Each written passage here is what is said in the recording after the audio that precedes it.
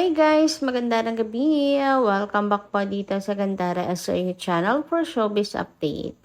Ang tatalakayin nga natin ngayon at pag-uusapan mga kakimpaw ay syempre ang mainit na paayuda ni Kim and Paolo Avellino para sa lahat. Ngayong anniversary nga po, second anniversary ng Discord. Pero bago tayo magsimula mga kakimpaw, ng mga hindi pa nakaka-subscribe sa ating channel, pakiclick lang po tayo ng ating subscribe button at notification bell na nariyan sa baba para mag-updated po kayo at ma-notify tuwing may bago tayong chika at balita hinggil sa Kimpaw. Maraming salamat! And ngayon naman, dumako po tayo sa pagbabasa ng komento mula sa ating mga subscribers bilang pasasalamat po sa walang sawang pagsuporta at pagtutok sa atin pong mga balita.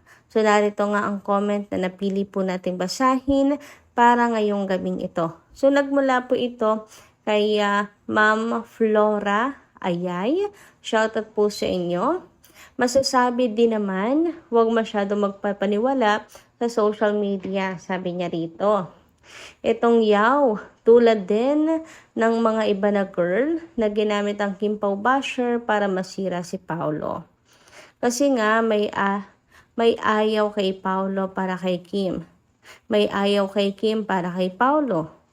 Ang iba naman ay masasapawan na ng kasikatan ng Kimpaw ang mga iniidolo nila.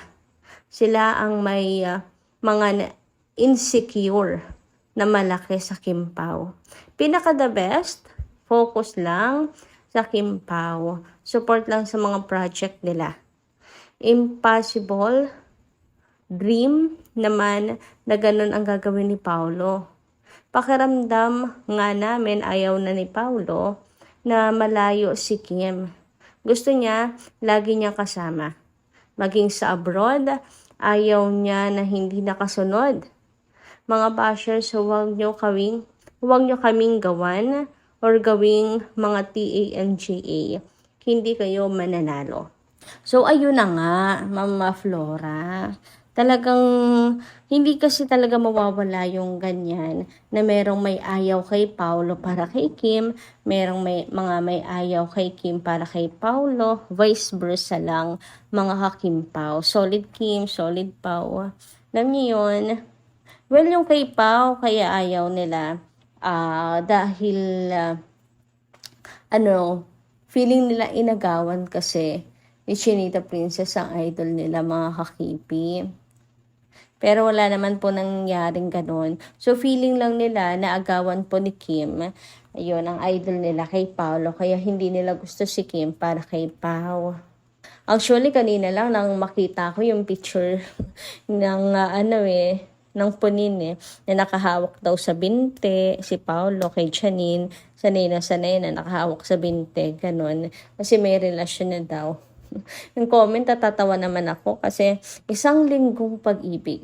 Lunes, may pagkanyan pa mga kipa, may pagkanta pa, isang linggong pag-ibig lang raw. Ewan ko ba kung bakit naglalabasan ngayon yan. Ang dami talaga mga kakipi. Yung iba nang hihinayang, nakakapanghinayang naman talaga kung meron pong nabuong feelings mga kakipi. Sino ba naman ang matutuwa noon na may nabuong feelings tas mawawala? Pero, hindi yun ang nakatadhana. Sino tayo para humadlang sa tadhana, mga kakimpaw? And yung tungkol kay Bianca Yao, isa lang yan sa mga taktika actually, para magulo ang isip ng Kimpaw Lanchas.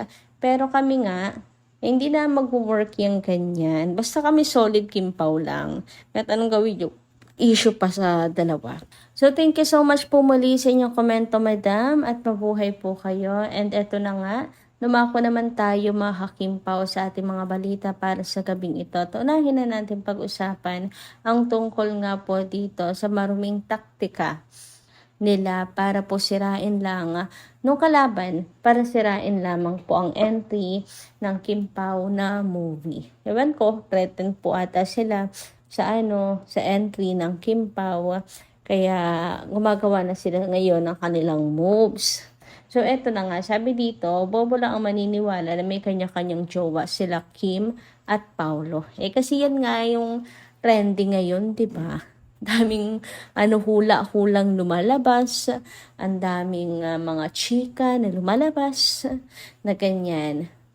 Sabi nga dito, ano yun? Nag-Norway sa Christmas and New Year.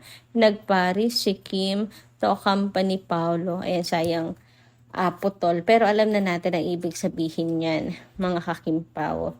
Walang relasyon. So, ano yung travels nila Kim and Paolo Avellino, di ba? Ano yun?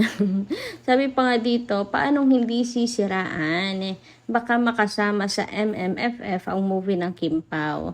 Ang dumi talaga mag-promo ng iba. Nako, sa true lang. Actually, konti na lang maniniwala na po ako na merong mga nagbabayad ng trolls para umatake at atakihin po ang Kim Pao, ang Kim Pao lunches para sirain ang Kim Pao, di ba?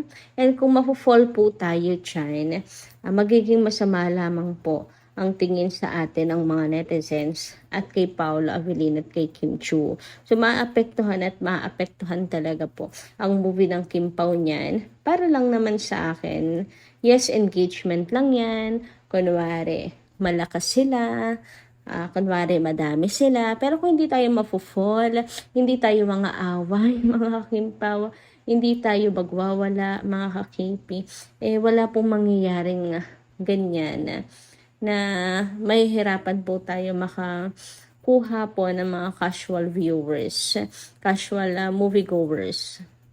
Grabe, no? Kung parumihan lang din po ng mga promo, ang pag-uusapan, winner na sila. Naku, sa totoo lang talaga, ang dumi maglaro. Bakit ba hindi na lang sila magtiwala sa movie nila, no? Threaten sa Kim Pao. Di, wag na silang ma-omentary. Kung ayaw nila na matatapatan ng Kim Pao. Ganun lang naman yung kasimple, di ba? Hindi kasi may kakilat may tatanggi, mga kakimpaw, na malakas talaga ang hatak nila Kim and Paolo Avellino. Grabe na mention pa nga, diba, ng ABS-CBN, ang Kim Pao na may malaking ambag sa kanila pong revenue. Samantala, sabi naman dito, ang tigas ng mukha talaga ng mga matatandang hukluban na pumunta sa event ni Kimi at nakikain pa talaga ang mga hype. Sino kaya ang pinatatamaan nito, mga kakimpaw? Sino to makakapal ang mukha niyan at ang titigas ng mukha na pumunta pa talaga sa event ni Kimi? Siguro pinaparinggan nito yung mga parang balimbing, ganyan. Kung balimbing, ang kapal talaga ng pagmumukha nun para pumunta pa sa event ni Kim at makikain. Grabe, nakakaloka. Dami na talagang ahas sa panahon ngayon, no? Minsan nakakasama na natin araw-araw, hindi pa natin napapansin. Anyway, let's move on, mga kakimpaw, at ito pag-usapan natin ang tungkol nga dito sa anniversary ng Discord family. So, ayan, bati po muna tayo para sa lahat ng mga kakimpaw lunches natin dyan na magkakasama po sa Discord. So, hindi ko natatago, mga kakimpaw, kasi nagkahalat na. Nakakaloka. Ang bilis talagang kumalat, mga kakimpaw. Sa Discord po ito pinost ni Kim at ni Paolo Avellino. So, eto yung bagong upload ni Kim and Paolo, ni Kim Chiu lang. Kim Chiu sa Discord bilang pagbati sa Kim Paulanjas ng happy 2nd anniversary. Kasi nga, ngayon po ang anniversary ng Discord, pagkakabuo ng Discord, mga kakimpaw. So, narito ang pagbati ni Kimi Chiu. Kulang, bakit walang Avellino? Charot. Happy 2nd year, KP Discord community. Thank you for all the love and support. Abi, grabe naman nga ang paayuda na to ng Kim Pao.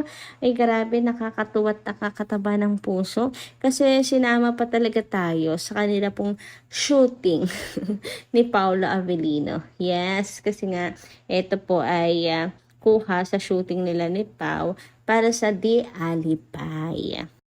Pero syempre, matatapos ba naman hanggang sa pagbati na lang, mga kakimpaw? Syempre hindi. Dahil may napansin pa ang Kim Paulanjas, mga kakipi, sa daliri ni Kimi.